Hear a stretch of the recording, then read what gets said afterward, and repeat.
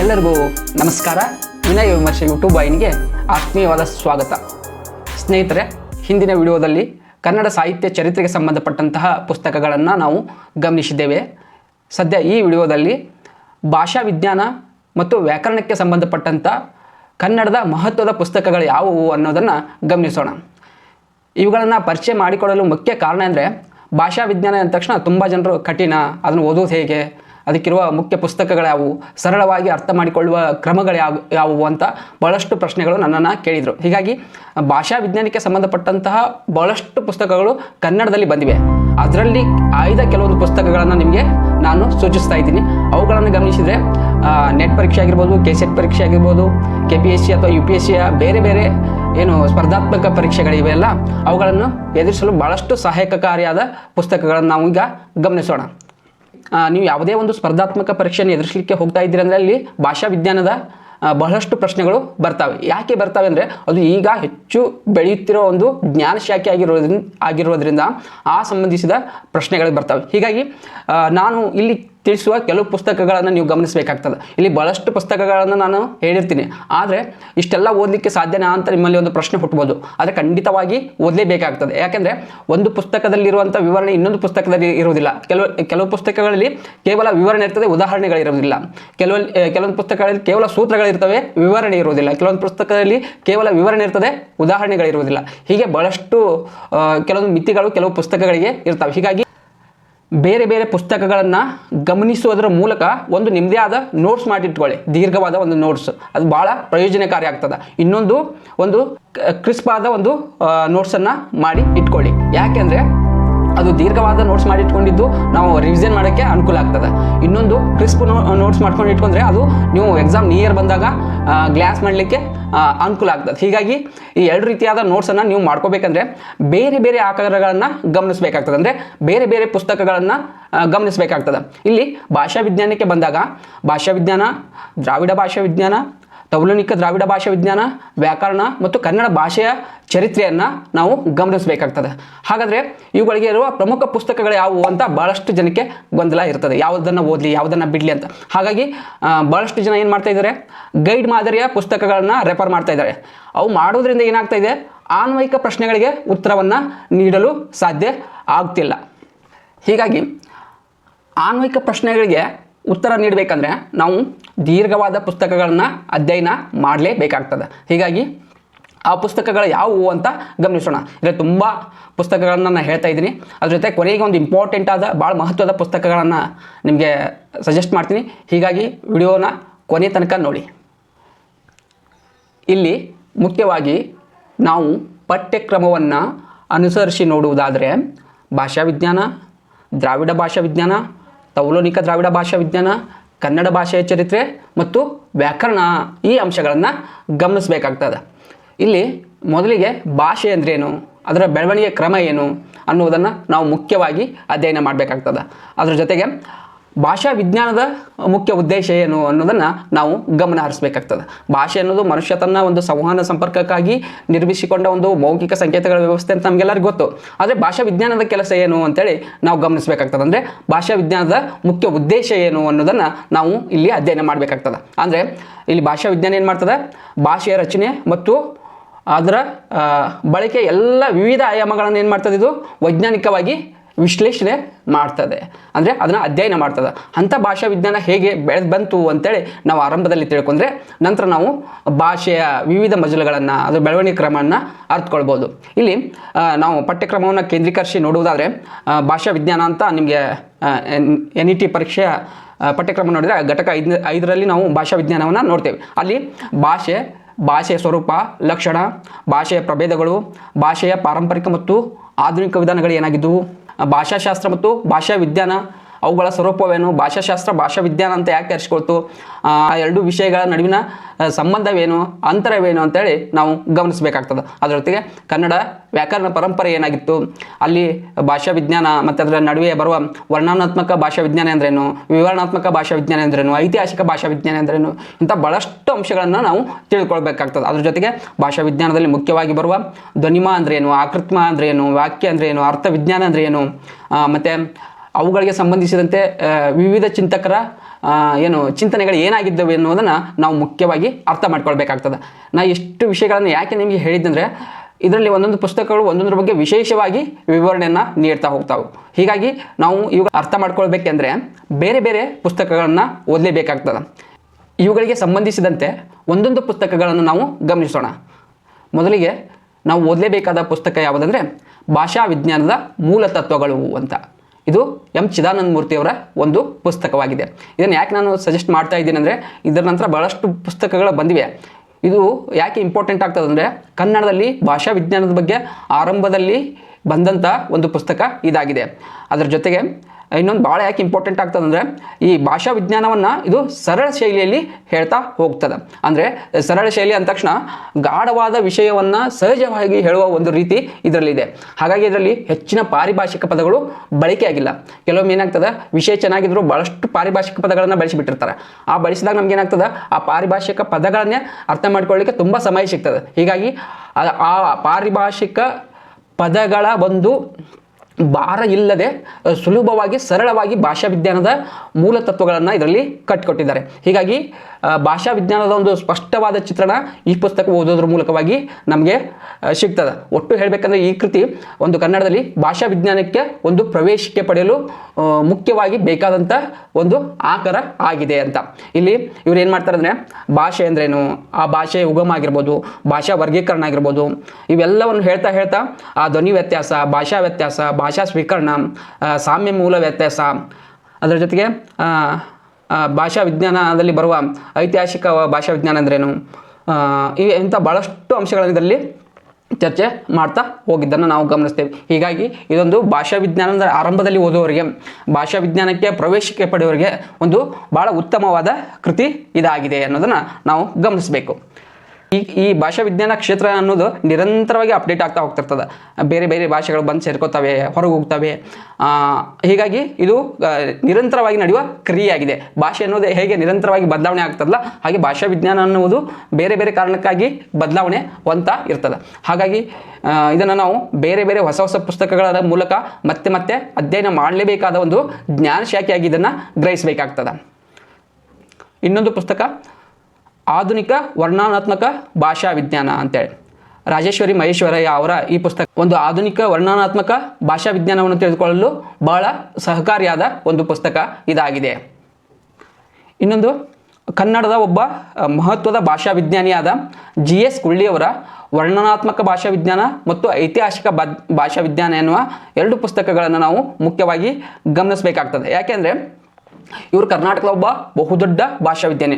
ಆರಂಭದಲ್ಲಿ ಕನ್ನಡದಲ್ಲಿ ಭಾಷಾ ವಿಜ್ಞಾನದ ಬಗ್ಗೆ ಬಹಳಷ್ಟು ಕೆಲಸ ಮಾಡಿದ್ದಾರೆ. ಹೀಗಾಗಿ ಇವರ ಈ ಎರಡು ಪುಸ್ತಕಗಳು ಒಂದು ಬಹಳ ಉಪಯುಕ್ತವಾದ ಪುಸ್ತಕಗಳಾಗಿವೆ. ಹೀಗಾಗಿ ಇದರಲ್ಲಿ ಯಾಕೆ ಉಪಯುಕ್ತವಾಗಿವೆ ಅಂದರೆ, ಆ ಭಾಷೆ ಅಧ್ಯಯನದ ಒಂದು ತಾತ್ವಿಕತೆ, ಆ ಭಾಷಾ ವಿಜ್ಞಾನಕ್ಕೆ ಬೇಕಾದಂಥ ಭಾಷಾ ವಿಜ್ಞಾನ ಉಂಟು ಮಾಡಿದಂಥ ಬೇರೆ ಬೇರೆ ಪರಿಭಾಷೆಗಳು, ಇವುಗಳನ್ನು ಭಾಳ ಸರಳವಾಗಿ ಮತ್ತು ಸ್ಪಷ್ಟವಾಗಿ ಇವರು ಪರಿಚಯ ಮಾಡಿಕೊಡೋದ್ರಿಂದ ನಮಗೆ ಈ ಎರಡು ಶಾಖೆಗಳೇನಿದಾವಲ್ಲ ಅವು ನಮಗೆ ಸುಲಭವಾಗಿ ಅರ್ಥ ಆಗ್ತವೆ. ಹೀಗಾಗಿ ಇದೊಂದು ಭಾಳ ಮಹತ್ವದ ಪುಸ್ತಕವಾಗಿ ನಾವು ಇವುಗಳನ್ನು ಗ್ರಹಿಸ್ಬೋದು.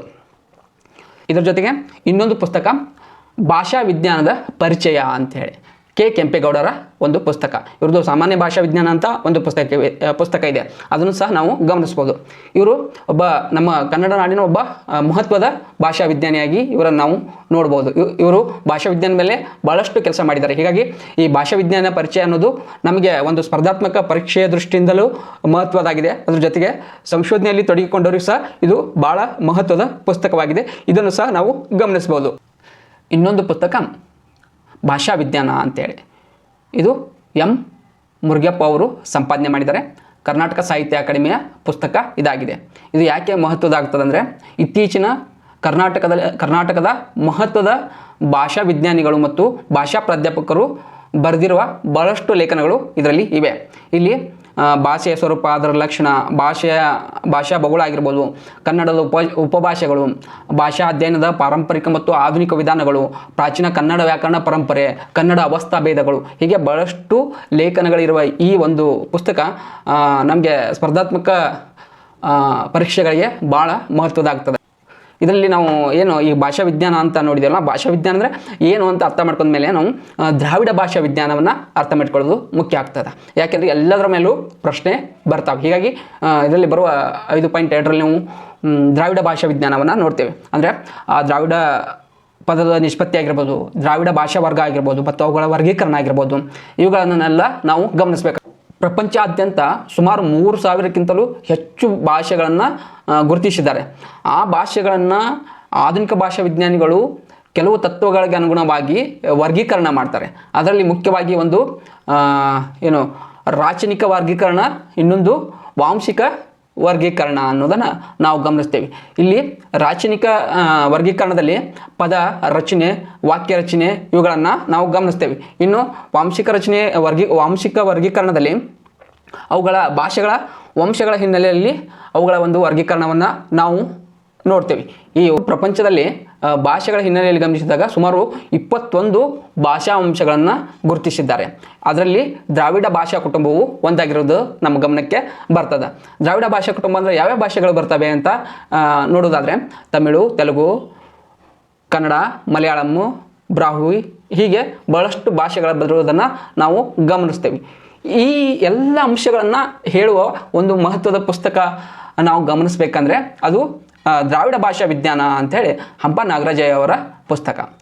ಈ ಪುಸ್ತಕವನ್ನು ಓದಿದರೆ ನಾವು ದ್ರಾವಿಡ ಭಾಷೆ ಕುರಿತು ಬರಬಹುದಾದ, ದ್ರಾವಿಡ ಭಾಷಾ ವಿಜ್ಞಾನದಲ್ಲಿ ಬರಬಹುದಾದ ಬಹಳಷ್ಟು ಪ್ರಶ್ನೆಗಳಿಗೆ ನಾವು ಸುಲಭವಾಗಿ ಉತ್ತರ ನೀಡ್ಬೋದು.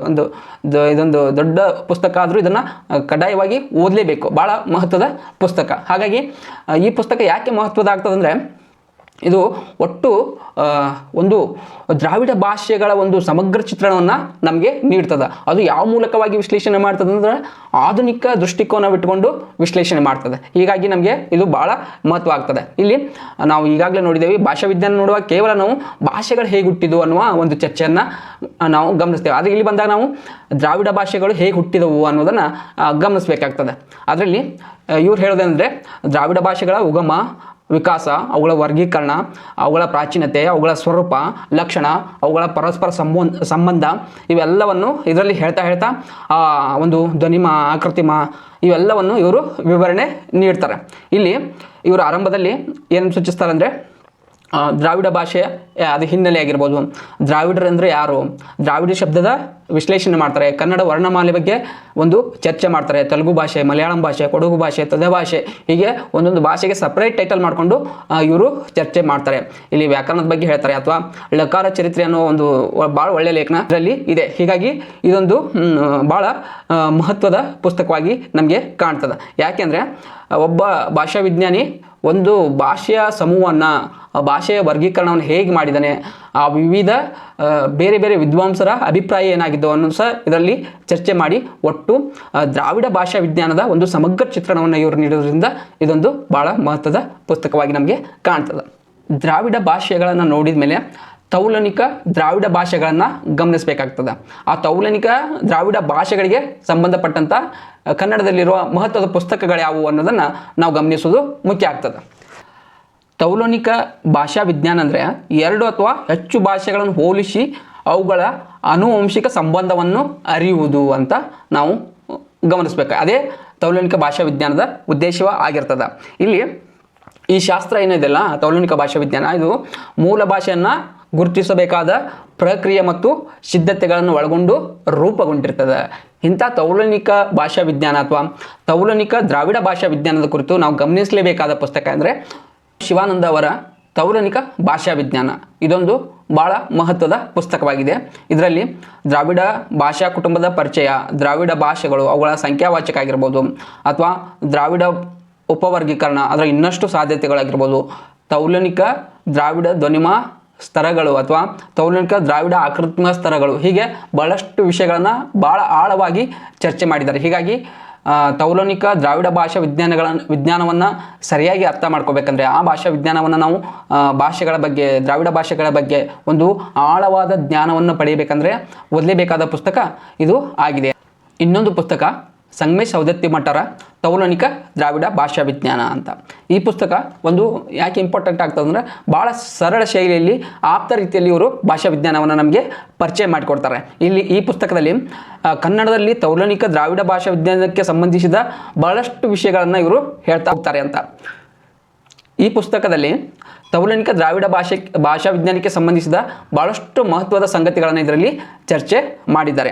ಅಂದರೆ ದ್ರಾವಿಡ ಭಾಷೆಗಳು, ಅವುಗಳ ಇತಿಹಾಸ, ಅವುಗಳ ಮೂಲ, ಅವುಗಳ ಗುಂಪುಗಳು, ಆ ಭಾಷೆಯ ರಚನೆ, ವಿಶಿಷ್ಟ ಲಕ್ಷಣಗಳು, ಇವೆಲ್ಲವನ್ನು ಇವರು ಸರಳವಾಗಿ ಚರ್ಚೆ ಮಾಡಿದ್ದಾರೆ. ಹೀಗಾಗಿ ನಮಗೆ ತೌಲನಿಕ ದ್ರಾವಿಡ ಭಾಷೆ ಬಗ್ಗೆ ಒಂದು ಸ್ಪಷ್ಟತೆ ಬೇಕು, ನಾವು ಬೇಗ ಅರ್ಥಕೊಳ್ಬೇಕಂದ್ರೆ ಈ ಒಂದು ತೌಲನಿಕ ದ್ರಾವಿಡ ಭಾಷಾ ವಿಜ್ಞಾನ ಎನ್ನುವ ಪುಸ್ತಕವನ್ನು ಗಮನಿಸ್ಬೋದು. ಪಠ್ಯಕ್ರಮನ ಕೇಂದ್ರೀಕರಿಸಿ ನೋಡೋದಾದರೆ ಇದರಲ್ಲಿ ಬರುವ ಇನ್ನೊಂದು ಮುಖ್ಯ ಅಂಶ ಕನ್ನಡ ಭಾಷಾ ಚರಿತ್ರೆ.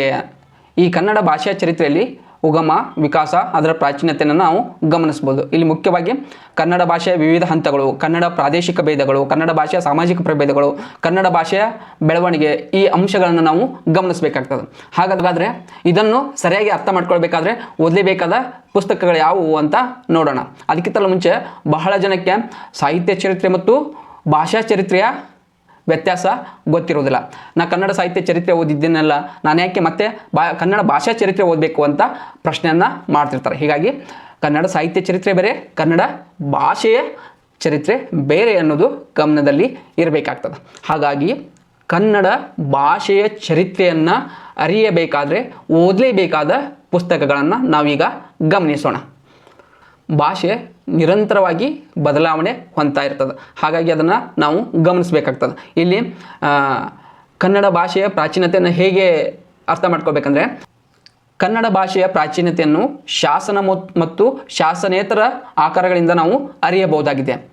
ಈ ಹಿನ್ನೆಲೆಯಲ್ಲಿ ಬೇರೆ ಬೇರೆ ವಿದ್ವಾಂಸರು ಏನೇನೋ ಅಭಿಪ್ರಾಯಪಟ್ಟಿದ್ದಾರೆ, ಕನ್ನಡ ಭಾಷೆಯ ಪ್ರಾಚೀನತೆಯನ್ನು ಎಷ್ಟು ಹಿಂದಕ್ಕೆ ಒಯ್ದಿದ್ದಾರೆ, ಅವರು ನೀಡಿರುವ ಆಧಾರಗಳೇನು, ಹೇಗೆ ವಿಭಾಗೀಕರಣ ಮಾಡಿಕೊಂಡಿದ್ದಾರೆ, ಇಂಥ ಅಂಶಗಳನ್ನು ನಾವು ತಿಳಿಯಬೇಕಾಗ್ತದೆ.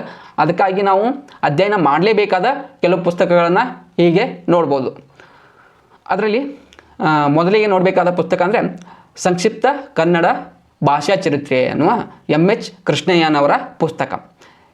ಈ ಪುಸ್ತಕ ನಮಗೆ ಯಾಕೆ ಮಹತ್ವದ ಆಗ್ತದೆ ಅಂದರೆ, ಇದು ಒಟ್ಟು ಕನ್ನಡ ಭಾಷೆಯ ಒಂದು ಚರಿತ್ರೆಯನ್ನು ಭಾಳ ಸಂಕ್ಷಿಪ್ತವಾಗಿ ಅದರ ಇತಿಹಾಸವನ್ನು ಕಟ್ಟಿಕೊಡ್ತಾ ಹೋಗ್ತಾರೆ.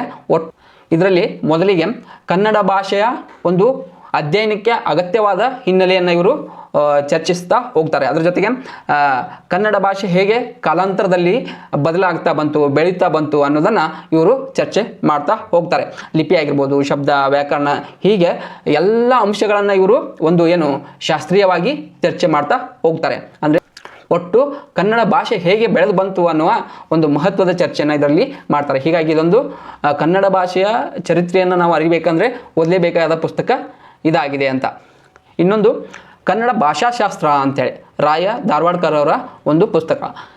ಈ ಪುಸ್ತಕ ಒಟ್ಟು ಕನ್ನಡ ಭಾಷೆಯ ಒಂದು ಶ್ರೇಷ್ಠತೆಯನ್ನು ಎತ್ತಿ ಹಿಡಿಯುವ ಪ್ರಯತ್ನದ ಭಾಗವಾಗಿಯೇ ರಚನೆಗೊಂಡಿದೆ ಏನೋ ಅನಿಸುತ್ತದೆ. ಅಷ್ಟೊಂದು ಶಾಸ್ತ್ರೀಯವಾಗಿ ಮತ್ತು ಚಾರಿತ್ರಿಕವಾಗಿ ಇದರಲ್ಲಿ ಚರ್ಚೆ ಮಾಡ್ತಾ ಹೋಗಿದ್ದಾರೆ.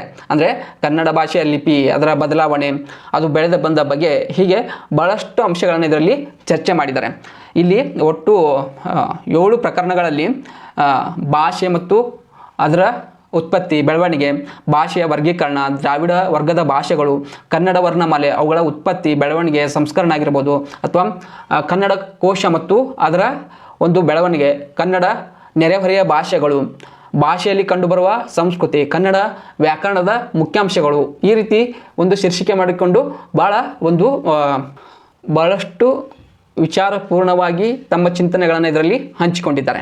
ಅದರ ಜೊತೆಗೆ ಇದನ್ನು ಪರಿಶಿಷ್ಟಗಳನ್ನು ಗಮನಿಸಬೇಕು. ಯಾಕೆ ಮುಖ್ಯ ಆಗ್ತದಂದರೆ, ಸಂಸ್ಕೃತ ಭಾಷೆಯಲ್ಲಿರುವ ಶಬ್ದಗಳಾಗಿರ್ಬೋದು, ಕನ್ನಡದ ಶಬ್ದಗಳಲ್ಲಿ ಹೇಗಿವೆ ಅನ್ನುವ ಚರ್ಚೆ ಬರ್ತದೆ. ಸಂಸ್ಕೃತೇತರ ಆರ್ಯ ಭಾಷೆಗಳಲ್ಲಿರುವ ಹಲವು ದ್ರಾವಿಡ ಭಾಷೆಗಳನ್ನು ಇವರು ಇದರಲ್ಲಿ ತೋರಿಸಿಕೊ. ಇನ್ನೊಂದು ಪುಸ್ತಕ ಭಾಷೆ ವಿಶ್ವಕೋಶ. ಈ ಭಾಷೆ ವಿಶ್ವಕೋಶ ಅನ್ನುವ ಪುಸ್ತಕ ಕೆ.ವಿ. ನಾರಾಯಣ ಅವರು ಸಂಪಾದನೆ ಮಾಡಿದ್ದಾರೆ. ಕನ್ನಡ ವಿಶ್ವವಿದ್ಯಾಲಯ ಹಂಪಿಯಿಂದ ಇದು ಪ್ರಕಟಗೊಂಡಿದೆ.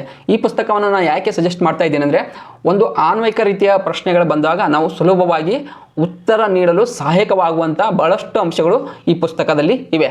ಅಂದರೆ ನಮ್ಮ ತಿಳಿವಿನಲ್ಲಿ ಭಾಷೆ ಅಂದರೆ ಏನು, ಭಾಷೆಯ ಸರಿತಪ್ಪುಗಳಾಗಿರ್ಬೋದು, ಭಾಷೆ ಎಂಬ ಕೈಗನ್ನಡಿ ಅದರ ಚೆಹರೆಗಳು ಏನೇನಾಗಿದ್ದವು ಅನ್ನುವ ಚರ್ಚೆ ಬರ್ತದೆ. ಅದ್ರ ಜೊತೆಗೆ ಇಲ್ಲಿ ಭಾಷೆ ರಚನೆಗಳು, ಭಾಷೆ ಅಂಶಗಳು, ಓದು ಬರಹ, ಸಂಕೇತ ಭಾಷೆಯ ಕಲಿಕೆ, ಹೀಗೆ ಭಾಳಷ್ಟು ಅಂಶಗಳು ಇದರಲ್ಲಿ ಬರ್ತಾವೆ. ಈ ಕಲಿಕೆ ಅನ್ನೋದು ಯಾಕೆ ನಮಗೆ ಇಂಪಾರ್ಟೆಂಟ್ ಆಗ್ತದೆ ಅಂದರೆ ಭಾಳ ಬಾರಿ ನೀವು ಸಂದರ್ಶನಕ್ಕೆ ಹೋದಾಗಿರ್ಬೋದು ಅಥವಾ ಈ ಪರೀಕ್ಷೆಗಳಲ್ಲಿ ಕೆಲವೊಂದು ಪ್ರಶ್ನೆಗಳೇ ಬರ್ತಾವೆ. ಮಗುವಿಗೆ ಹೇಗೆ ಒಂದು ಭಾಷೆಯನ್ನು ಕಲಿಸ್ತೀರಾ, ಅದು ಕಲಿಕೆ ಹೇಗೆ ಆಗ್ತದೆ ಅನ್ನೋದನ್ನು ಪ್ರಶ್ನೆ ಮಾಡ್ತಾರೆ. ಅಂಥ ಪ್ರಶ್ನೆಗಳಿಗೆ ಉತ್ತರ ನೀಡಬೇಕಂದ್ರೆ ಈ ಪುಸ್ತಕವನ್ನು ಓದಿದರೆ ನಿಮಗೆ ಭಾಳಷ್ಟು ಸಹಾಯ ಆಗ್ತದೆ ಅಂತ. ಇದರ ಜೊತೆಗೆ ಇನ್ನೊಂದು ಮಹತ್ವದ ಪುಸ್ತಕ ಕನ್ನಡ ಭಾಷಾ ಸ್ವರೂಪ ಅಂಥೇಳಿ ಸಂಗಮೇಶ್ ಸವದತ್ತಿಮಠರ ಒಂದು ಪುಸ್ತಕ. ಈ ಪುಸ್ತಕ ಒಂದು ಕನ್ನಡ ಭಾಷೆಯ ಸ್ವರೂಪವನ್ನು ವಿವರವಾಗಿ ತಿಳಿಸುವ ಒಂದು ಪುಸ್ತಕವಾಗಿದೆ. ಅಂದರೆ ಒಂದು ಪಾರಂಪರಿಕ ಮತ್ತು ಆಧುನಿಕ ಈ ಎರಡು ದೃಷ್ಟಿಕೋನಗಳನ್ನು ಇಟ್ಟುಕೊಂಡು ಕನ್ನಡ ಭಾಷೆಯ ಚರಿತ್ರೆಯನ್ನು ಕಟ್ಟಿಕೊಡುವ ಒಂದು ಪ್ರಯತ್ನವನ್ನು ಇಲ್ಲಿ ಮಾಡಿದ್ದಾರೆ. ಹೀಗಾಗಿ ಇದೊಂದು ಭಾಳ ಮಹತ್ವದ ಪುಸ್ತಕ ಆಗಿ ನಾವು ಗಮನಿಸ್ಬೋದು. ಇನ್ನೊಂದು ಪುಸ್ತಕ ಅಂದರೆ ಕನ್ನಡ ಭಾಷೆಯ ಚರಿತ್ರೆ ಎನ್ನುವ ಪುಸ್ತಕ. ಸಾಶಿ ಮರಳಯ್ಯನವರ ಈ ಪುಸ್ತಕ ಕನ್ನಡ ಭಾಷೆ ಬೆಳೆದು ಬಂದ ಬಗ್ಗೆ ಸ್ವರೂಪವನ್ನು ಕುರಿತು ಸುದೀರ್ಘವಾಗಿ ಚರ್ಚೆ ಮಾಡ್ತದೆ. ಈ ಪುಸ್ತಕಗಳಲ್ಲಿ ಒಂದೆರಡು ಪುಸ್ತಕಗಳನ್ನಾದರೂ ನಾವು ಓದಲೇಬೇಕಾಗ್ತದೆ. ಯಾಕಂದರೆ ಕನ್ನಡ ಭಾಷೆಯ ಕುರಿತು ಭಾಳಷ್ಟು ಪ್ರಶ್ನೆಗಳು ಬರ್ತವೆ. ಮತ್ತು ನಾವು ಇದನ್ನು ಓದೋದ್ರ ಮೂಲಕವಾಗಿ ನಮ್ಮ ಒಂದು ಭಾಷಾ ಕೌಶಲ್ಯಗಳು ಸಹ ಹೆಚ್ಚು ವೃದ್ಧಿ ಆಗ್ತದೆ, ಹೆಚ್ಚು ಇಂಪ್ರೂವ್ ಆಗ್ತದೆ ಅನ್ನೋದನ್ನು ನಾವು ಗಮನಿಸ್ಬೋದು. ಭಾಷಾ ಚರಿತ್ರೆ ಆದ ಮೇಲೆ ಮುಖ್ಯವಾಗಿ ಬರುವುದು ವ್ಯಾಕರಣ ಅಂತ. ವ್ಯಾಕರಣ ಅಂದ ತಕ್ಷಣ ಭಾಳಷ್ಟು ಜನರು ಗೊಂದಲದಲ್ಲಿ ಇರ್ತಾರೆ. ನಾನು ಓದಿದ್ದೆ, ಯಾವುದೂ ಅರ್ಥ ಆಗಲಿಲ್ಲ ನನಗೆ ವಿವರಣೆ ಗೊತ್ತಿತ್ತು, ಅದರ ಉದಾಹರಣೆಗಳು ಗೊತ್ತಿದ್ದಿದ್ದಿಲ್ಲ. ಉದಾಹರಣೆ ಗೊತ್ತಿದ್ದು ವಿವರಣೆ ಹೇಗಿತ್ತು ಅನ್ನೋದು ಅರ್ಥ ಆಗಿಲ್ಲ. ಹೇಗೆ ನಾನು ಅದನ್ನು ಅನ್ವಯಿಸಿ ನೋಡಬೇಕಾಯ್ತು, ನನಗೆ ಗೊತ್ತಾಗಲಿಲ್ಲ ಅನ್ನುವ ಭಾಳಷ್ಟು ಗೊಂದಲದಲ್ಲಿ ಇರುವುದನ್ನು ನಾವು ಗಮನಿಸ್ತೀವಿ.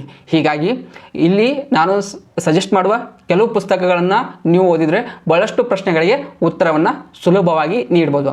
ಆದರೆ ಈ ಪುಸ್ತಕಗಳನ್ನು ಭಾಳ ಆಳವಾಗಿ ಮತ್ತು ಗಂಭೀರವಾಗಿ ಅಧ್ಯಯನ ಮಾಡಲೇಬೇಕಾಗ್ತದೆ. ಹಾಗೆ ಮಾಡಿದಾಗ ಮಾತ್ರ ನಾವು ಬೇರೆ ಬೇರೆ ಪ್ರಶ್ನೆಗಳಿಗೆ ಅತ್ಯಂತ ಸುಲಭವಾಗಿ ಉತ್ತರವನ್ನು ನೀಡ್ಬೋದು. ಇಲ್ಲಿ ಪಠ್ಯಕ್ರಮ ಅನುಸಾರ ನೋಡಿದಾಗ ಕನ್ನಡ ಭಾಷೆಯ ರಚನೆ ಆಗಿರ್ಬೋದು, ವಿಭಕ್ತಿ ಸ್ವರೂಪ ಅವುಗಳ ಪರಿಚಯ ಆಗಿರ್ಬೋದು, ಸರ್ವನಾಮ ಅವುಗಳ ಬಗೆಗಳಾಗಿರ್ಬೋದು, ಕ್ರಿಯಾಪದ, ಸಮಾಸ ಇವೆಲ್ಲವೂ ಬರುವುದನ್ನು ನಾವು ಗಮನಿಸ್ತೇವೆ. ಆಲ್ಮೋಸ್ಟ್ ಎಲ್ಲ ಒಂದು ವ್ಯಾಕರಣವನ್ನು ಈ ಅಂಶಗಳು ಒಳಗೊಂಡಿವೆ. ಹೀಗಾಗಿ ಯಾವುದೇ ಪ್ರಶ್ನೆ ಬಂದರೂ ಉತ್ತರ ನೀಡಬೇಕಂದ್ರೆ ವ್ಯಾಕರಣದ ಬೇರೆ ಬೇರೆ ಕೃತಿಗಳ ಪರಿಚಯ ನಮಗೆ ಇರಬೇಕು. ಈಗ ನಾವು ಮುಖ್ಯವಾಗಿ ನೋಡೋದಾದರೆ ವ್ಯಾಕರಣ ಅಂದ ತಕ್ಷಣ ನಾವು ಕೇಶಿರಾಜನ ಶಬ್ದಮಣಿ ದರ್ಪಣವನ್ನು ನಾವು ಗಮನಿಸಬೇಕಾಗ್ತದೆ. ಭಾಳಷ್ಟು ವಿದ್ಯಾರ್ಥಿಗಳು ಕೇಳುವ ಪ್ರಶ್ನೆ ಅಂದರೆ ಶಬ್ದಮಣಿ ದರ್ಪಣ ಭಾಳಷ್ಟು ಪುಸ್ತಕಗಳು ಬಂದಿದೆ ಸರ್, ಯಾವುದನ್ನು ನಾವು ಗಮನಿಸಬೇಕನ್ನೋ ಒಂದು ಗೊಂದಲ ಯಾವಾಗಲೂ ಇದ್ದೇ ಇರ್ತದೆ ಅನ್ನುವ ಪ್ರಶ್ನೆಯನ್ನು ನಾನು ಭಾಳ ಬಾರಿ ಕೇಳಿದ್ದೇನೆ. ನಾವು ಯಾವ ಕಾರಣಕ್ಕಾಗಿ ಓದ್ತಾ ಇದ್ದೇವೆ ಅನ್ನೋ ಹಿನ್ನೆಲೆಯಲ್ಲಿ ಬೇರೆ ಬೇರೆ ಶಬ್ದಮಣಿ ದರ್ಪಣ ಪುಸ್ತಕಗಳನ್ನು ನಾವು ಗಮನಿಸಬೇಕಾಗ್ತದೆ. ಶಬ್ದಮಣಿ ದರ್ಪಣವನ್ನು ಸ್ಪರ್ಧಾತ್ಮಕ ಪರೀಕ್ಷೆಗೆ ಓದ್ತಾ ಇದ್ದರೆ ಬೇರೆ ಪುಸ್ತಕಗಳನ್ನು ಗಮನಿಸಬೇಕಾಗ್ತದೆ. ಸಂಶೋಧನೆಗೆ ನೀವು ಗಮನಿಸ್ತಾ ಇದ್ದರೆ ಕೆಲವು ಬೇರೆ ಪುಸ್ತಕಗಳನ್ನು ಗಮನಿಸಬೇಕಾಗ್ತದೆ. ಹಳೆಗನ್ನಡನ ನಾನು ಅರ್ಥ ಮಾಡ್ಕೋತೀನಿ, ಹಳೆಗನ್ನಡ ವ್ಯಾಕರಣನ ನಾನು ತುಂಬ ಚೆನ್ನಾಗಿ ಅರ್ಥಕೊಳ್ಬೇಕು ಅನ್ನೋ ಕಾರಣಕ್ಕಾಗಿ ಓದ್ತಾ ಇದ್ದೀನಿ ಅಂದರೆ ಕೆಲವು ಬೇರೆ ಶಬ್ದಮಣಿ ದರ್ಪಣ ಪುಸ್ತಕಗಳನ್ನು ಓದಬೇಕಾಗ್ತದೆ. ಅಂದರೆ ಒಂದು ಶಬ್ದಮಣಿ ದರ್ಪಣವನ್ನು ಬೇರೆ ಬೇರೆ ರೀತಿಯವರು ವಿಭಿನ್ನವಾಗಿ ಅದನ್ನು ವಿವೇಚನೆ ಮಾಡಿದ್ದಾರೆ ಅಥವಾ ಅದನ್ನು ವ್ಯಾಖ್ಯಾನಿಸಿದ್ದಾರೆ. ಹೀಗಾಗಿ ನಾನು ಹೇಳುವ ಕೆಲವು ಶಬ್ದಮಣಿ ದರ್ಪಣ ಪುಸ್ತಕಗಳೆಂದರೆ ಮುಖ್ಯವಾಗಿ ಕೇಶಿರಾಜ ವಿರಚಿತ ಶಬ್ದಮಣಿ ದರ್ಪಣ ಎನ್ನುವ ಎಲ್ ಬಸವರಾಜ್ ಅವರ ಒಂದು ಪುಸ್ತಕವನ್ನು ನೋಡ್ಬೋದು, ಅಥವಾ ಟಿ ವಿ ವೆಂಕಟಾಚಲ ಶಾಸ್ತ್ರಿ ಅವರು ಪುಸ್ತಕ ನೋಡ್ಬೋದು, ಅಥವಾ ತೌಶು ಶಾಮರಾಯ್ ಅವರ ಪುಸ್ತಕ ನೋಡ್ಬೋದು, ಅಬ್ದುಲ್ ಬಶೀರ್ ಅವರ ಒಂದು ಶಬ್ದಮಣಿ ದರ್ಪಣವನ್ನು ನೋಡ್ಬೋದು, ಡಿ ಎಲ್ ನರಸಿಂಹಾಚಾರ್ಯ ಅವರು ಒಂದು ಸಂಪಾದನೆ ಮಾಡಿದ ಶಬ್ದಮಣಿ ದರ್ಪಣವನ್ನು ಗ್ರಹಿಸ್ಬೋದು. ಅದರ ಜೊತೆಗೆ ಎಸ್ ಎಸ್ ಅಂಗಡಿ ಅವರು ಸರಳ ಶಬ್ದಮಣಿ ದರ್ಪಣ ಅನ್ನುವ ಒಂದು ಪುಸ್ತಕವನ್ನು ಸಂಪಾದನೆ ಮಾಡಿದ್ದಾರೆ, ಅದನ್ನು ಗಮನಿಸ್ಬೋದು. ಅದರ ಜೊತೆಗೆ ಶಬ್ದಮಣಿ ದರ್ಪಣ ಸಂಗ್ರಹ ಅಂತ ಹೇಳಿ ಬಿ ಟಿ ಶಾಸ್ತ್ರರು ಮತ್ತು ಎಂ ಕಲಬುರ್ಗಿ ಅವರು ಒಂದು ಪುಸ್ತಕವನ್ನು ಸಂಪಾದನೆ ಮಾಡಿದ್ದಾರೆ, ಅದನ್ನು ಗಮನಿಸ್ಬೋದು. ಇಲ್ಲಿ ಮುಖ್ಯವಾಗಿ ಎಲ್ ಬಸವರಾಜ್ ಅವರ ಒಂದು ಶಬ್ದಮಣಿ ದರ್ಪಣ ಭಾಳ ಮುಖ್ಯ ಆಗ್ತದೆ. ಅದ್ರ ಜೊತೆಗೆ ನಾವು ಬೇಗ ಅರ್ಥ ಮಾಡ್ಕೋಬೇಕು ಅಂತಂದರೆ ಒಂದು ತೌಶು ಶಾಮರಾಯ್ ಅವರ ಕೇಶಿರಾಜನ ಶಬ್ದಮಣಿ ದರ್ಪಣ ಅನ್ನುವ ಪುಸ್ತಕವನ್ನು ಗಮನಿಸಬೇಕು. ಯಾಕೆ ಅಂದರೆ ಈ ಪುಸ್ತಕ ಆ ಸೂತ್ರದ ಜೊತೆಗೆ ಆ ವಿವರಣೆ ಮತ್ತು ಭಾಳಷ್ಟು ವ್ಯಾಖ್ಯಾನಗಳನ್ನು ಅವರು ನೀಡ್ತಾರೆ, ಹೀಗಾಗಿ ಸಹಾಯಕ ಆಗಿದೆ. ಇಲ್ಲಿ ಪ್ರೊಫೆಸರ್ ಅಬ್ದುಲ್ ಬಶೀರ್ ಅವರ ಒಂದು ಶಬ್ದಮಣಿ ದರ್ಪಣ ನೋಡೋದಾದರೆ ಅದರಲ್ಲಿ ಏನಿದೆ ಅಂದರೆ ಸೂತ್ರ, ಅದರ ಕನ್ನಡ ಹೊಸಗನ್ನಡ ವಿವರಣೆ, ಅನುವಾದ ಇವೆಲ್ಲ ಇರೋದರಿಂದ ನಮಗೆ ಇನ್ನಷ್ಟು ಹೆಚ್ಚಿಗೆ ಅರ್ಥ ಆಗ್ತದೆ. ಹೀಗಾಗಿ ಇವುಗಳಲ್ಲಿ ಯಾವುದಾದ್ರೂ ಒಂದನ್ನು ಚೆನ್ನಾಗಿ ಓದಬೇಕು. ಯಾವುದು ಓದೋದನ್ನು ಕನ್ಫ್ಯೂಸ್ಗಿಂತಲೂ ನಿಮ್ಗೆ ಯಾವುದು ಸುಲಭವಾಗಿ ಅರ್ಥ ಆಗ್ತಲ್ಲ, ಅವೇ ಸೂತ್ರಗಳಿರ್ತವೆ, ಅವೇ ಉದಾಹರಣೆಗಳಿರ್ತವೆ. ಹೀಗಾಗಿ ಭಾಳ ಚೆನ್ನಾಗಿ ಒಂದು ಪುಸ್ತಕವನ್ನು ನೀವು ಗಮನಿಸಿದರೆ ಸಾಕು ಅಂತ ನನಗೆ ಅನಿಸುತ್ತದೆ. ಅದರ ಜೊತೆಗೆ ಇನ್ನೊಂದು ಪುಸ್ತಕ ಹಳೆಗನ್ನಡ ವ್ಯಾಕರಣ ಪ್ರವೇಶಿಕೆ ಅಂತೇಳಿ ಟಿ.ವಿ. ವೆಂಕಟಾಚಲ ಶಾಸ್ತ್ರಿ ಅವರ ಒಂದು ಪುಸ್ತಕ. ಈ ಪುಸ್ತಕವನ್ನು ನಾನು ಯಾಕೆ ಸಜೆಸ್ಟ್ ಮಾಡ್ತಾ ಇದ್ದೀನಿ ಅಂದರೆ, ಈ ಪುಸ್ತಕ ವಿವಿಧ ಹಳೆಗನ್ನಡ ಕೃತಿಗಳಿಂದ ಸಂಗ್ರಹಿಸಿ ಇವರು ಒಂದು ವ್ಯಾಕರಣ ಕೃತಿಯನ್ನು ರಚಿಸ್ತಾರೆ. ಅಂದರೆ ಅದರಲ್ಲಿ ಆಧುನಿಕ ದೃಷ್ಟಿಕೋನ ಮತ್ತು ಪಾರಂಪರಿಕ ದೃಷ್ಟಿಕೋನ ಈ ಎರಡು ಹಿನ್ನೆಲೆಯಲ್ಲಿ ರಚಿತಗೊಂಡ ಒಂದು ಕೃತಿ ಇದಾಗಿದೆ. ಇದರಲ್ಲಿ ಅದೊಂದು ಪ್ರವೇಶ ಇದೆ, ಹಳೆಗನ್ನಡ ವರ್ಣಮಾಲೆ ಇದೆ, ಹಳೆಗನ್ನಡ ಶಬ್ದ ರಚನೆ, ಅಲ್ಲಿಯ ಆ ಸಂಧಿ ಕಾರ್ಯ, ನಾಮಪದ ಪ್ರಕರಣ, ಸಮಾಸ ಪ್ರಕರಣ ಆಗಿರ್ಬೋದು, ಆಖ್ಯಾತ ಪ್ರಕರಣ ಆಗಿರ್ಬೋದು, ಅವ್ಯಯಗಳ ವಿಚಾರ ಆಗಿರ್ಬೋದು, ಹೀಗೆ ಭಾಳಷ್ಟು ವಿಷಯಗಳನ್ನು ಚರ್ಚೆ ಮಾಡ್ತಾರೆ. ಅಂದರೆ ಹಳೆಗನ್ನಡನ ಚೆನ್ನಾಗಿ ಅರ್ಥ ಮಾಡ್ಕೋತೀನಿ ಅನ್ನೋರು ಈ ಪುಸ್ತಕವನ್ನು ಓದ್ಬೋದು. ಈ ಪುಸ್ತಕದಲ್ಲಿ ಒಂದು ಮಹತ್ವದ ಅಂಶ ಇದೆ, ಅದು ಏನಂದರೆ ಒಂದು ಪ್ರಯೋಗ ಪಾಠವಿದೆ. ನಾವೇನು ಕವಿ ನಾಗಚಂದ್ರ ಇದ್ದಾನಲ್ಲ, ಅವನ ಒಂದು ರಾಮಚಂದ್ರ ಚರಿತ ಪುರಾಣ ತಗೊಂಡು ಅದರಲ್ಲಿನ 14ನೇ ಆಶ್ವಾಸದ 2 ವೃತ್ತಗಳನ್ನು ಆಯ್ದುಕೊಳ್ತಾರೆ. ಈ 2 ವೃತ್ತಗಳನ್ನು ಆಯ್ದುಕೊಂಡು ಈ ಏನು ಪ್ರವೇಶಿಕೆಯಲ್ಲಿ ಈ ಒಂದು ಪುಸ್ತಕದಲ್ಲಿ ಬರುವ ವ್ಯಾಕರಣ ಅಂಶಗಳನ್ನಲ್ಲಿ ಅನ್ವಯಿಸಿ ನೋಡ್ತಾರೆ. ಈ ಅನ್ವಯಿಸಿ ನೋಡೋದಂದರೆ ಅಲ್ಲಿರುವ ವ್ಯಾಕರಣ ಅಂಶಗಳು ಏನೇನಿವೆ ಅನ್ನೋದನ್ನು ಹೇಳ್ತಾ ಹೋಗ್ತಾರೆ. ಅಲ್ಲಿ ವಿಭಕ್ತಿ ಎಲ್ಲಿದೆ, ಅದರ ವಾಕ್ಯ ರಚನೆ ಹೇಗಿದೆ, ಕಾಲವಾಚಕ ಹೇಗಿದೆ ಅನ್ನೋದನ್ನು ವಿವರಿಸ್ತಾ ಹೋಗ್ತಾರೆ. ಮೊದಲೇ 2 ಪದ್ಯ ಕೊಟ್ಟು ಅವುಗಳ ವಿವರಣೆ ನೀಡ್ತಾ ಹೋಗ್ತಾರೆ. ಇದು ನಮಗೆ ಭಾಳ ಮಹತ್ವದಾಗ್ತದೆ. ಯಾಕಂದರೆ ಭಾಳ ಬಾರಿ ಪರೀಕ್ಷೆದಾರಿಗೆ ಹಳೆಗನ್ನಡ ಕೊಟ್ಟು ಇಲ್ಲಿ ಕಾಲವಾಚಕ ಎಲ್ಲಿದೆ ಅಂತ ಗುರುತಿಸಿ ಅಂತ ಕೇಳ್ತಾರೆ, ಕೆಲವೊಮ್ಮೆ ಇದರಲ್ಲಿನ ವಿಭಕ್ತಿ ಗುರುತಿಸಿ ಅಂತ ಕೇಳ್ತಾರೆ. ಅವುಗಳು ನಮ್ಗೆ ಕೆಲವೊಂದು ಬಾರಿ ತುಂಬ ಕನ್ಫ್ಯೂಸ್ ಆಗ್ತಿರ್ತವೆ. ಅಂಥವುಗಳನ್ನು ನಾವು ಸುಲಭವಾಗಿ ಹೇಗೆ ಕಂಡುಹಿಡಿಯುವುದು, ಹೇಗೆ ಅರ್ಥ ಮಾಡಿಕೊಳ್ಳುವುದು ಅನ್ನೋದಕ್ಕೆ ಒಂದು ಮಾದರಿ ಪಾಠವಾಗಿ ನಾವು ಇದನ್ನು ಗಮನಿಸ್ಬೋದು. ಇನ್ನೊಂದು ಪುಸ್ತಕ ಕನ್ನಡ ಭಾಷೆ ಮತ್ತು ವ್ಯಾಕರಣಗಳ ಒಂದು ಸಮೀಕ್ಷೆ ಅಂತ. ಇದನ್ನು ರಚಿಸಿದವರು ಕೆ. ವಿಶಾಲಪ್ಪ ಗೌಡ. ಈ ಪುಸ್ತಕ ಕನ್ನಡ ಭಾಷೆ ಬೆಳೆದು ಬಂದ ಬಗೆ, ವ್ಯಾಕರಣ ವಿಷಯದಲ್ಲಿ ಆದ ಪರಿವರ್ತನೆಗಳು, ಅವುಗಳ ವೈವಿಧ್ಯತೆಯನ್ನು ಇದು ಚರ್ಚೆ ಮಾಡ್ತದೆ. ಅದ್ರ ಜೊತೆಗೆ ವ್ಯಾಕರಣಕಾರರ ಒಂದು ಆಲೋಚನೆಗಳನ್ನು ಸಹ ಇದು ಚರ್ಚಿಸುವ ಒಂದು ಕೃತಿಯಾಗಿದೆ. ಇದೊಂದು ಬಹಳ ಮಹತ್ವದ ಕೃತಿಯಾಗಿ ನಾವು ಇದನ್ನು ಗಮನಿಸ್ಬೋದು. ಇದನ್ನು ಗಮನಿಸಿದರೆ ಏನಾಗ್ತದೆ, ಒಂದು ಕನ್ನಡ ಭಾಷೆ ಮತ್ತು ಅದರ ಜೊತೆಗೆ ವ್ಯಾಕರಣದ ಒಂದು ಚರಿತ್ರೆಯನ್ನು ಸಹ ನಾವು ಅರಿಬಹುದಾಗಿದೆ ಅಂತ. ಇನ್ನೊಂದು ಮಹತ್ವದ ಪುಸ್ತಕ ಕನ್ನಡ ಮಧ್ಯಮ ವ್ಯಾಕರಣ. ಇದನ್ನು ತಿನಂತ್ರಿ ಅವರು ರಚಿಸಿದ್ದಾರೆ. ಅವರು ಇದರಲ್ಲಿ ಒಂದು ಮಾತು ಹೇಳ್ತಾರೆ, ಏನಂದರೆ ವ್ಯಾಕರಣ ಗ್ರಂಥವು ಕೇವಲ ಸೂತ್ರಗಳ ಪಟ್ಟಿಯಾಗಬಾರದು, ಸೂತ್ರಕ್ಕಿಂತ ಹೆಚ್ಚಾಗಿ ವಿವರಣೆಯು ಹಾಗೂ ವಿವರಣೆಗಿಂತ ಹೆಚ್ಚಾಗಿ ಉದಾಹರಣೆ ಇರಬೇಕು.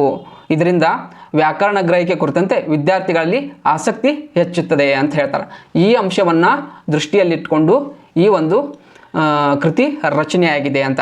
ಇಲ್ಲಿ ವಾಕ್ಯ, ಪದ, ವರ್ಣ, ಪ್ರಕೃತಿ, ಪ್ರತ್ಯಯ, ನಾಮಪದ, ಕ್ರಿಯಾಪದ, ಸಂಧಿ, ಲಿಂಗವಚನಗಳು, ಭಾವನಾಮ, ಸಮಾಸ ಇವುಗಳ ಕುರಿತು ಭಾಳಷ್ಟು ಚರ್ಚೆ ಮಾಡಿದ್ದಾರೆ. ಈ ಪರಿಕಲ್ಪನೆಗಳಿಗೆ ಭಾಳಷ್ಟು ಉದಾಹರಣೆಗಳನ್ನು ಇದರಲ್ಲಿ ನೀಡಿದ್ದಾರೆ. ಹೀಗಾಗಿ ಇದೊಂದು ಕನ್ನಡ ವ್ಯಾಕರಣವನ್ನು ತಿಳಿದುಕೊಳ್ಳಲು ಒಂದು ಮಹತ್ವದ ಪುಸ್ತಕ ಆಗಿರುವುದನ್ನು ನಾವು ಗಮನಿಸ್ತೇವೆ. ಇನ್ನೊಂದು ಮಹತ್ವದ ಪುಸ್ತಕವೆಂದರೆ ಕನ್ನಡ ವ್ಯಾಕರಣ ದರ್ಪಣ ಅಂಥೇಳಿ. ಇದನ್ನು ಸಿ.ಚಿ. ನಂದಿಮಠ ಅವರು ಸಂಪಾದನೆ ಮಾಡಿದ್ದಾರೆ. ಇದು ಕನ್ನಡ ಸಾಹಿತ್ಯ ಪರಿಷತ್ತಿನಿಂದ ಪ್ರಕಟವಾಗಿದೆ. ಈ ಪುಸ್ತಕ ಯಾಕೆ ಭಾಳ ಇಂಪಾರ್ಟೆಂಟ್ ಅಂದರೆ, ಮೊದಲು ಪ್ರಯೋಗ ನೀಡಿ ಆನಂತರ ಅದಕ್ಕೆ ವಿವರಣೆಗಳನ್ನು ನೀಡ್ತಾ ಹೋಗ್ತಾರೆ. ಒಂದು ವ್ಯಾಕರಣ ಪರಿಕಲ್ಪನೆಯನ್ನು ಭಾಳಷ್ಟು ಅಚ್ಚುಕಟ್ಟಾಗಿ ನೀಡುವುದರ ಮೂಲಕ ಸುಲಭವಾಗಿ ಸ್ಪಷ್ಟವಾಗಿ ಅರ್ಥ ಮಾಡಿಕೊಳ್ಳುವ ಹಾಗೆ ಇದರಲ್ಲಿ ನೀಡಿದ್ದಾರೆ. ಹೀಗಾಗಿ ಇದೊಂದು ಮಹತ್ವದ ಪುಸ್ತಕವಾಗಿದೆ.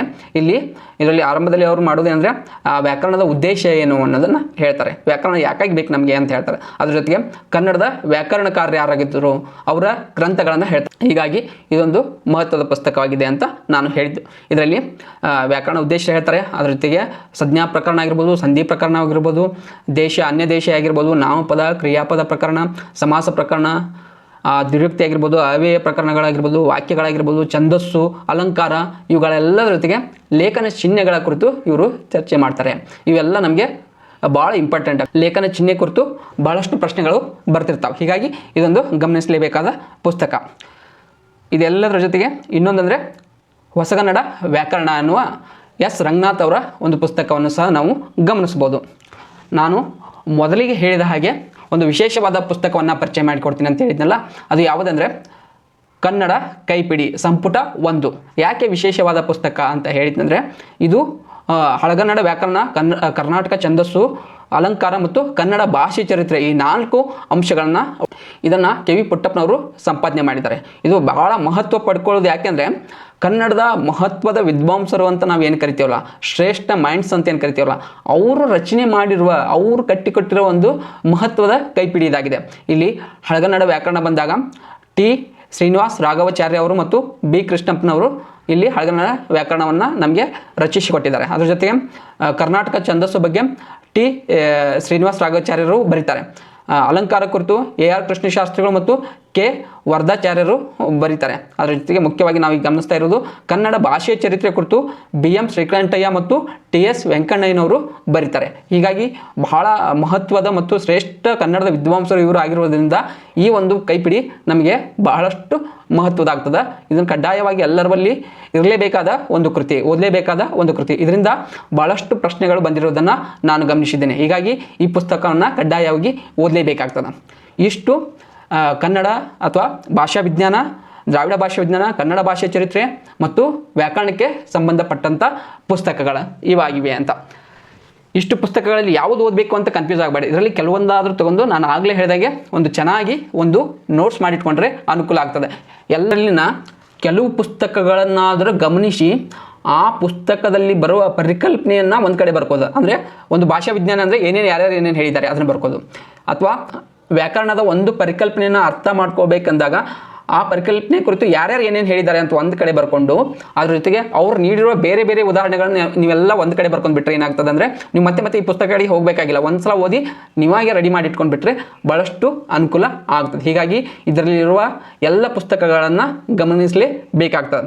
ಇಲ್ಲಿ ಪ್ರಶ್ನೆ ಎಲ್ಲರೂ 80 ತೆಗಿತಾರೆ, 85 ತೆಗಿಬೇಕು, 86 ತೆಗಿಬೇಕಂದ್ರೆ ಅಲ್ಲಿ ನಮ್ಮ ಬುದ್ಧಿಮತ್ತೆಯನ್ನು ಮೀರಿದ ಕೆಲವು ಪ್ರಶ್ನೆಗಳು ಬರ್ತವೆ, ಅನ್ವಯಿಕ ರೂಪದಲ್ಲಿ ಬರ್ತಿರ್ತಾವೆ. ಅಥವಾ ಇದ್ದಿದ್ರಲ್ಲಿ ಪ್ರತಿಭಾ ಅಂತ ಯಾರು ಅಂತ ಗುರುತಿಸುವ ಒಂದು ಪ್ರಯತ್ನದ ಭಾಗವಾಗಿ ಪ್ರಶ್ನೆಗಳು ಬರ್ತವೆ. ಹೀಗಾಗಿ ಎಲ್ಲರೂ ಒಂದೇ ರೀತಿಯಾಗಿ ಓದಿರ್ತಾರೆ. ಅದರ ಆಚೆಗೂ ನಾನು ಇನ್ನೂ ಹೆಚ್ಚಿನ ಒಂದು ಸಾಧನೆ ಮಾಡಬೇಕು, ಹೆಚ್ಚಿನ ಮಾರ್ಕ್ಸ್ ತೆಗಿಬೇಕಂದ್ರೆ ಭಾಳಷ್ಟು ಆಕಾರಗಳನ್ನು ನಾವು ಓದಲೇಬೇಕಾಗ್ತದೆ. ಹೀಗಾಗಿ ಇದರಲ್ಲಿರುವ ಸಾಧ್ಯವಾದಷ್ಟು ಸಿಗುವ ಎಲ್ಲ ಪುಸ್ತಕಗಳನ್ನು ಒಂದು ಸಾರಿ ಆದರೂ ನೀವು ಓದಿ ಪರೀಕ್ಷೆಯಲ್ಲಿ ಯಶಸ್ಸು ನಿಮಗೆ ಸಿಗ್ತದೆ ಅಂತ ಹೇಳುವುದರ ಮೂಲಕವಾಗಿ ಇಲ್ಲಿವರೆಗೂ ವಿಡಿಯೋ ನೋಡಿದ ನಿಮ್ಮೆಲ್ಲರಿಗೂ ಅನಂತ ವಂದನೆಗಳು. ನಮಸ್ಕಾರ.